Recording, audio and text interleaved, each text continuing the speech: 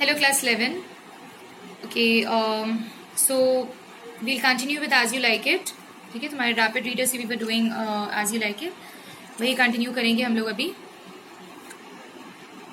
Alright, we had done till here जहाँ पे Duke Frederick जो रहते हैं, he is very he is enrage listening to this के ऑर्लैंडो जो है वो सर रोलैंड डुबॉइस का बेटा है. And he also remembers things about Rosalind. People are praising her and people are praising her virtues. Then they are pitting her. So these things are just not tolerable for Duke Frederick, and he decides to banish Rosalind also. वो Rosalind को भी court से banish कर देना चाहते हैं. And ये बोलते हैं उससे जाकर that she should go and live with her father in the forest of Arden. Celia tries to convince her father कि like वो अपना decision change कर ले, but he says that his decision is irrevocable, it won't change. So Celia decides that she'll also accompany Rosalind. And वो लोग क्या करते हैं, like सोचते हैं कि फॉरेस्ट ऑफ आर्डन जाएंगे तो वो लोग सही, बट अगर ऐसे रिच अटायर में जाएंगे तो it won't be safe for them. So they take a disguise. ठीक है, अपना लाइक डिस्गाइज लेते हैं वो लोग. अपना जो रियलिटी रहती है, लाइक जो ट्रू आइडेंटिटी रहती है वो छुपाते हैं वो लोग डिस्गाइज में. रोजलिंड जो है वो शेपर्ड बनती है, लाइक एक कंट्री लैड, और सीलिया जो है वो कंट्री लास बनती है. ठीक है, जैसे एक कंट्री मेडन होती है वो बनती है Celia. Rosalind keeps a name as Ganymede और Celia keeps a name as Aliena. And they set off for the journey to the forest of Arden. Forest of Arden पहुंच जाते हैं, बहुत थके हुए रहते हैं वो लोग और बहुत भूखे रहते हैं. एक कंट्रीमैन से वहाँ पे मुलाकात होती है उनकी, तो उससे पता चलता है कि एक शेपर्ड जो है वो अपना घर बेच रहा है, तो अगर वो लोग वो घर लेना चाहे तो वो लोग ले सकते हैं. फाइनली वो लोग परचेज करते हैं, वो घर खरीदते हैं और वहाँ पे रहना शुरू करते हैं. और ये डिसाइड करते हैं कि यहाँ पे तब तक रहेंगे जब तक बैनिश्ड ड्यूक और उनके फॉलोअर्स से मुलाकात नहीं हो जाती है उन लोगों की. ओके, सो ये सारी चीज़ें होने के बाद वो लोग कंफर्टेबली रहने लगते हैं कॉटेज में, अपनी न्यू कॉटेज में. बहुत लग्जरीज के साथ रहने लगते हैं. लेकिन यहाँ पर जब रहने भी लगते हैं वो लोग, तो गैनेमेड जो कि रोजलिंड होती है, she misses Orlando a lot. And उसको याद आती है ऑर्लैंडो की. And she thinks that Orlando is so far away from her कि वो उसे मिल भी नहीं सकती है. लेकिन फॉरेस्ट ऑफ आर्डन में उन लोगों को कुछ क्लूज ऐसा मिलता है जिससे ये पता चलता है कि ऑर्लैंडो भी यहीं कहीं फॉरेस्ट ऑफ आर्डन में ही रह रहा है. Okay, Orlando was the younger son of Sir Roland de Bois, and when he died, he placed Orlando in the custody of his elder son, requesting him to bring up his brother with proper care. Orlando छोटा बेटा था सबसे sir Roland de Bois का. So sir Roland de Bois मरते वक्त like जैसे अपना will होता है या फिर कुछ भी जब वसीयत करते हैं लोग, तो वो ये बात बोल कर गए थे अपने बड़े बेटे से, ऑलिवर से, जो ऑलिवर बड़ा बेटा रहता है उनका, कि ऑर्लैंडो की जो देखभाल है या कुछ भी है वो ऑलिवर अच्छे तरीके से करे उनके चले जाने के बाद. Oliver was the elder brother, however, did not keep the request of his father, and likewise did not educate Orlando in a school. ना ही ऑलिवर ने कोई जिम्मेदारी अच्छे तरीके से निभाई ऑर्लैंडो के टूवर्ड्स, ना ही उसको अच्छी तालीम दी कहीं पे, ना अच्छे तरीके से पढ़ाया, और ना ही उसकी प्रॉपर देखभाल की कभी. ठीक है, Orlando, even without the care and help of his brother, grew up to be a fine man, and Oliver hated him more for that.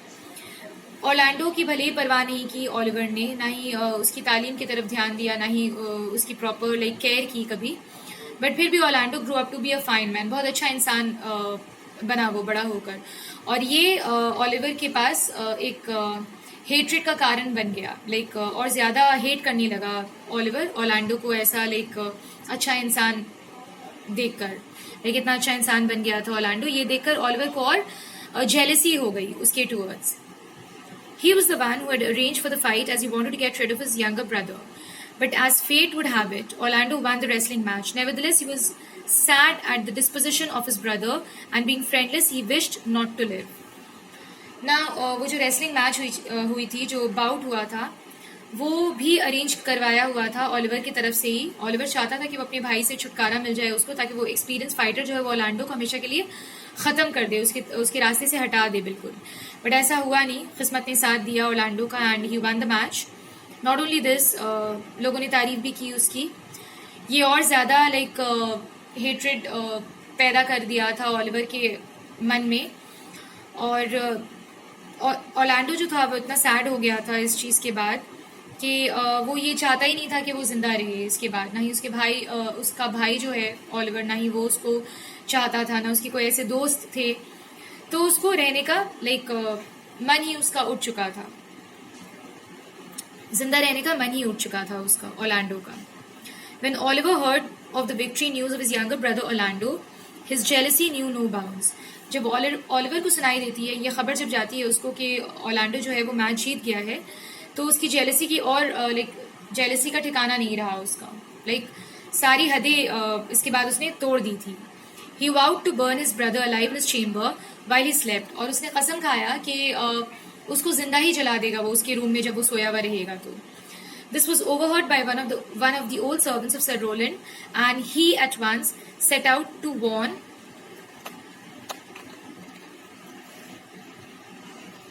Orlando of his impending danger. He had a special affection for Orlando as he very much resembled his father. Now ये बात जब decide कर रहा था Oliver कि he would burn Orlando alive, तो ये एक बहुत पुराना एक सर्वेंट रहते हैं, बहुत पुराने, वही सुन लेते हैं। वो सर रोलैंड के टाइम से रहते हैं, उनको कंसर्न रहता है, उनको फिक्र रहती है ऑर्लैंडो की, बिकॉज ऑर्लैंडो जो है बहुत कुछ अपने फादर की तरह रिजेंबल करता है, दिखने में वैसा ही लगता है। तो उनको अफेक्शन, लाइक स्पेशल अफेक्शन रहती है ऑर्लैंडो के लिए। वो वॉर्न करते हैं ऑर्लैंडो को इस बारे में, वही बताते हैं ऑर्लैंडो को। Hence, as soon as he saw Orlando, he broke into passionate exclamations. Like जैसे वो ऑर्लैंडो को देखते हैं तो बहुत प्यार भरी बातें करते हैं उससे, बहुत फिक्रमंद वाली बातें करते हैं, हमदर्दी वाली बातें करते हैं ऑर्लैंडो से। O my gentle master, my sweet master, O you memory of old Sir Roland, why are you virtuous, why are you gentle, strong and valiant, and why would you be so fond to overcome the famous wrestler. Now वो servant जो रहते हैं वो Orlando को बहुत अच्छी तरीके से उनसे बात करते हैं और उनको समझाने की कोशिश करते हैं कि वो ये भी बोलते हैं, वो master, my sweet master, like तुमको देखकर, आपको देखकर सर रोलैंड की याद आती है, उनकी याद ताज़ा हो जाती है आपका चेहरा देख लेने से। आप इतने वर्चुअस क्यों हैं, इतने जेंटल क्यों हैं, स्ट्रॉन्ग, इतने वैलियंट क्यों हैं, just because of your father. And he also says that why are you so fond of fighting this bout with the famous wrestler? Your praises come too swiftly home before you. तुमने bought fight तो तुमने wrestling match तो जीत लिया इतने आसानी से, तुमको तारीफ भी मिल गई सबकी। Orlando could not comprehend what the matter was, and the servant explained to him the reason for his concern. Orlando को पहले तो समझ में नहीं आ रहा था, बाद में सर्वेंट ने क्लियर किया कि वो क्यों बताना चाह रहा है ये सारी चीजें, ठीक है। Stating the plan of his brother to burn him in his own chamber. वो ये बात बताता है, जो नौकर जो रहता है, जो सर्वेंट रहता है, वो ये बात बताता है कि that your own brother Oliver has planned that he would burn you alive in your chamber. तुम्हारे रूम में वो तुमको जिंदा जला देना चाहता है। Adam, as the servant was named, servant का नाम क्या रहता है, his name was Adam, advised Orlando to flee the place. वो Orlando को ये एडवाइस देता है, ये नसीहत देता है कि Orlando जो है उस जगह से कहीं चला जाए। And he, knowing very well that Orlando had no money, brought him whatever money he had saved for future use. Adam इतना फेथफुल सर्वेंट रहता है, सर रोलैंड डे बॉयस के वक्त का रहता है वो, और वो इतना ज्यादा ही सो कंसर्न्ड अबाउट ऑर्लैंडो कि वो जानता है कि ऑर्लैंडो के पास कोई फॉर्च्यून नहीं है, कोई पैसे नहीं है, कोई रुपए नहीं है अभी। सो जो अपने लिए फ्यूचर यूज के लिए जो उसने जमा करके रखा हुआ होता है एडम ने, वो लाकर ऑर्लैंडो को दे देता है वो, ताकि वो खर्च कर सके वो जहां पर भी जाएगा। Saying that, he gave the gold amounting to 500 crowns to Orlando and requested Orlando to allow him to be his servant and promised that though he looked old, he would take good care of Orlando and work for him. Now वो servant जो रहता है वो इतना faithful रहता है कि वो अपने पैसे भी देता है ऑर्लैंडो को, और ये भी बात बोलता है कि अगर वो ये चाहे कि लाइक अगर एक्चुअली वो परमिशन मांगता है एडम कि मुझे भी अपने साथ ही आप लेकर चलिए, भले मैं देखने में बूढ़ा हो गया हूँ लेकिन मैं बहुत अच्छी तरीके से ख्याल रखूंगा आपकी, ठीक है, मुझे फिक्र है आपकी बहुत ज्यादा. Orlando was pleased and grateful at the faithfulness of Adam, whom he addressed as good old man. And at once they set out with the promise that he would find some work before they had spent the savings that Adam had given him. Now, Orlando जो रहता है वो like बहुत grateful रहता है, बहुत एहसानमंद रहता है एक्चुअली एडम का, and he calls him good old man. And they set out for the journey. वो लोग भी लाइक निकल जाते हैं जर्नी के लिए. वो कोट छोड़ देते हैं वो लोग, ठीक है.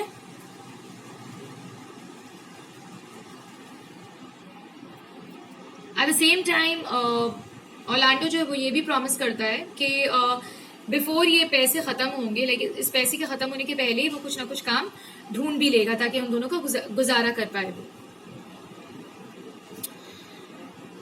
The two master and servant traveled long till they reached the forest of Arden, and they was also as tired and hungry as the two sisters had been. वो लोग भी फॉरेस्ट ऑफ आर्डन पहुंच जाते हैं, master and servant, and वो लोग भी दोनों लाइक बहनों की तरह, जैसे रोजलिन और सीलिया थक गई थी और बहुत भूखी थी, वैसे वो लोग भी वैसे ही भूख और प्यास से परेशान होते हैं, बहुत थके हुए रहते हैं.